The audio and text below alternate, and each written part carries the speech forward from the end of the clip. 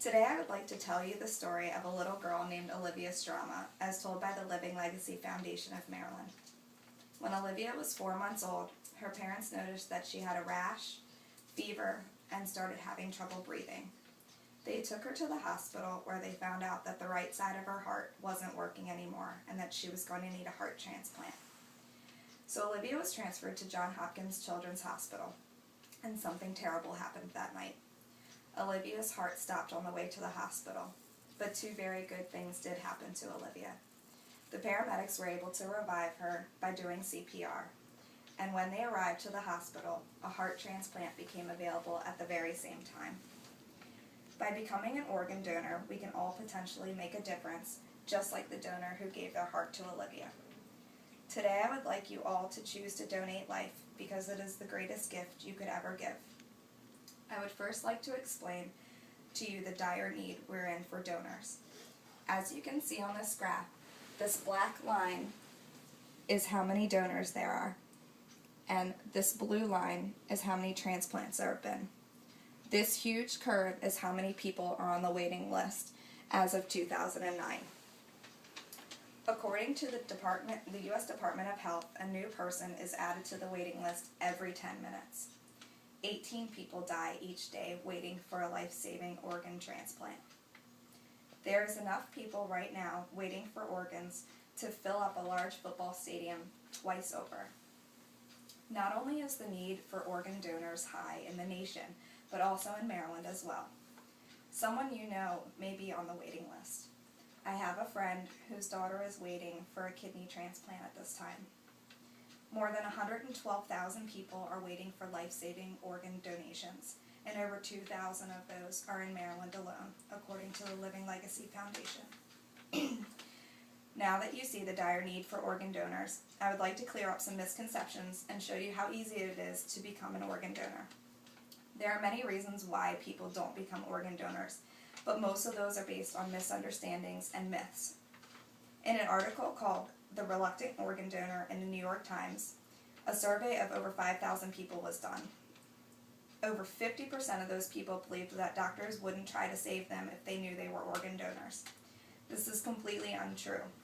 Doctors take an oath, first and foremost, to do no harm. The hospital where you would go if you were sick is different from the donation facility, and the personnel are not the same. 57% of the people in that survey questioned recovery from brain death. Brain death and coma are two completely different things. People may wake up from comas, but brain death is irreversible and incurable. Becoming an organ donor is easy. The first thing that you need to do is talk to your friends, family, and your doctor and let them know that you want to become an organ donor. So in case something happens to you, they know what your wishes were. Most everybody gets a driver's license or a Maryland identification card.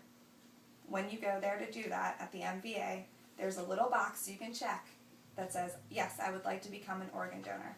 And it's as simple as that, just a check mark. Or you can actually go online if you don't have a driver's license or an identification card to donatelifemaryland.org and sign up to become an organ donor there.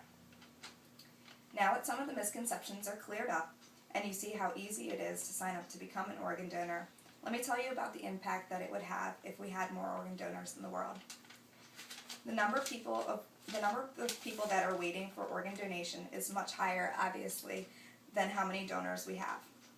If more people don't sign up to become organ donors, the death rate for people who are waiting for transplants is going to continue to rise.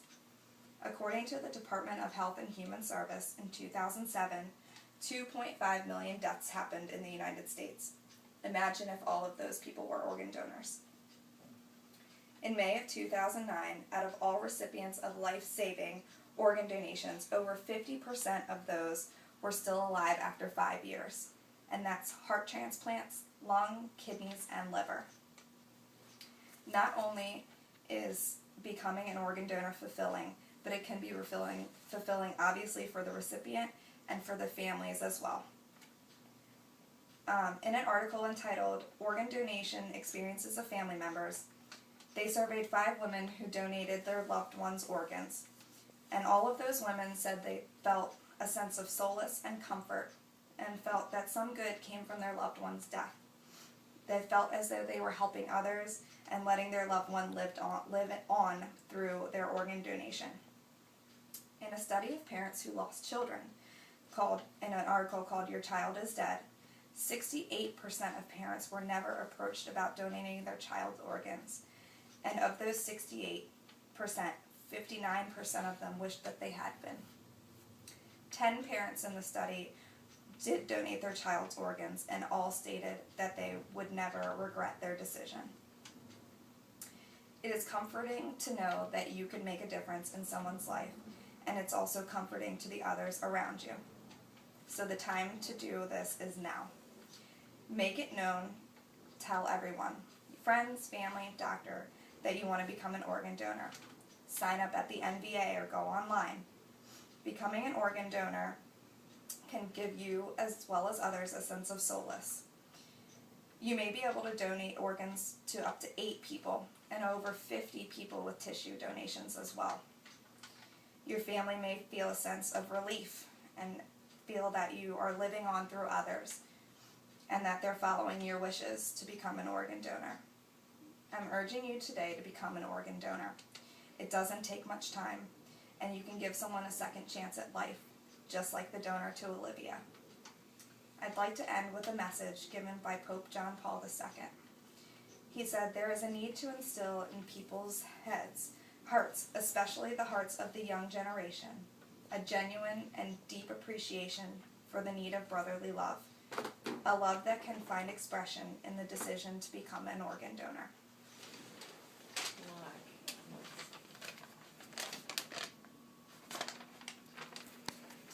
Sign me up for it.